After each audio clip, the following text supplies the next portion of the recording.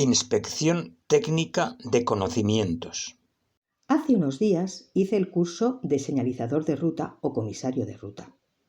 En principio pensé que los años de experiencia como director, comisario deportivo, señalizador, etc., me habían formado para obtener, ahora, casi 30 años después, las mismas licencias y ejercerlas. Nada más lejos de la realidad.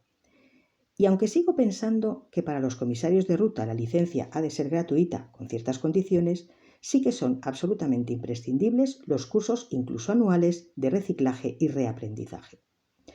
Afortunadamente, casi siempre los reglamentos han avanzado tanto que de un año para otro la normativa puede haber cambiado. O sencillamente el hecho de que un señalizador de ruta haya ejercido siempre en la misma disciplina no le capacita experimentalmente para ejercer en otra diferente. Los vehículos han de pasar cada cierto tiempo un examen, los conductores también.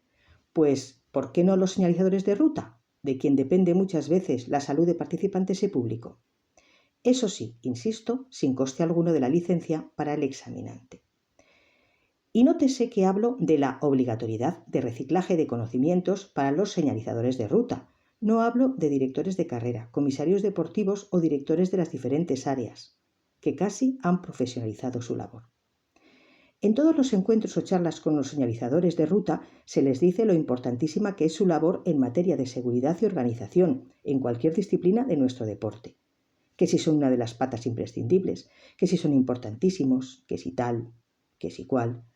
Bueno, si tan importantes nos parecen, formémoslos permanentemente, incluso haciendo prácticas en disciplinas diferentes acompañando a expertos comisarios. Bien, he pasado el examen y como el de conducir, solo acredita que lo he pasado, no que sepa ejercer correctamente y con seguridad para mí o los demás. En mis tiempos estudiantiles reclamábamos mejor formación, ahora también, y siempre.